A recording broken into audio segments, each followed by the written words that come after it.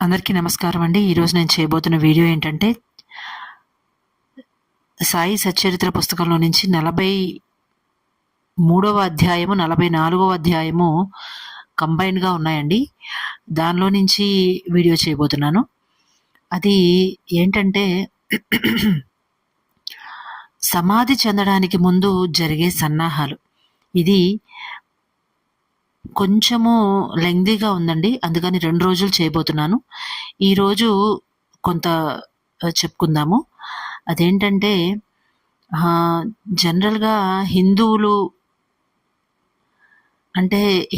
మాత్రమే ఇలా చేస్తారా అంటే నాకైతే తెలీదండి. ఇక్కడ అదే ఇవ్వబడింది. కానీ మేబీ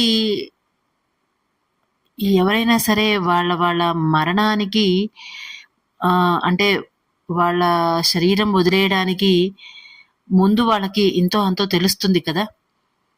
నాకేదో కొద్దిగా ఇబ్బందిగా ఉంది అని.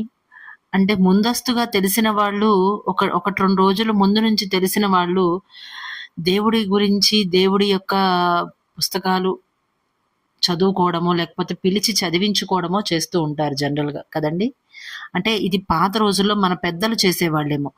ఇంకొందరైతే వాళ్ళు శరీరం విడిచిన తరువాత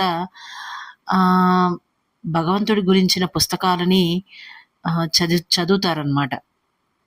ఎందుకు అంటే గనక అంటే వాళ్ళు ఇంకొద్ది సేపట్లో కాలం చేస్తారంటేనో, లేదంటే ఇంకొద్దిసేపు వాళ్ళకి ఎక్కువగా సమయం లేదు అంటే గనకనో భగవద్గీత చదివి వినిపించడము, అలాంటి పనులంతా చేస్తారు. భాగవతము అలాంటివి పనులంతా చేస్తూ ఉంటారు.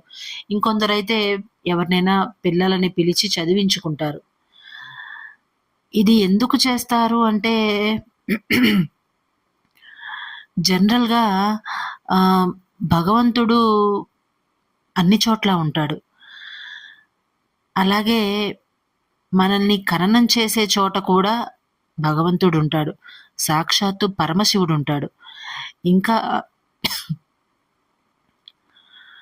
ఇంకా ఈ పుస్తకాలని ఎందుకు చదివి వినిపిస్తారు అంటే గనక, ఆ ఒక శరీరం దగ్గర ఎలాంటి ఒక చెడు జీవి తిరగకూడదు కాబట్టి, ఎందుకంటే ఆ మనిషి యొక్క శరీరంలో ఉన్న జీవాత్మ వదిలి వెళ్ళిపోతుంది కాబట్టి, అక్కడ చుట్టుపక్కల వేరే ఎలాంటి చెడు జీవి తిరగకుండా వాళ్ళ యొక్క శరీరాన్ని కాపలా కాస్తూ వాళ్ళ కుటుంబ సభ్యులందరూ చుట్టూ ఉంటూ ఉంటారు.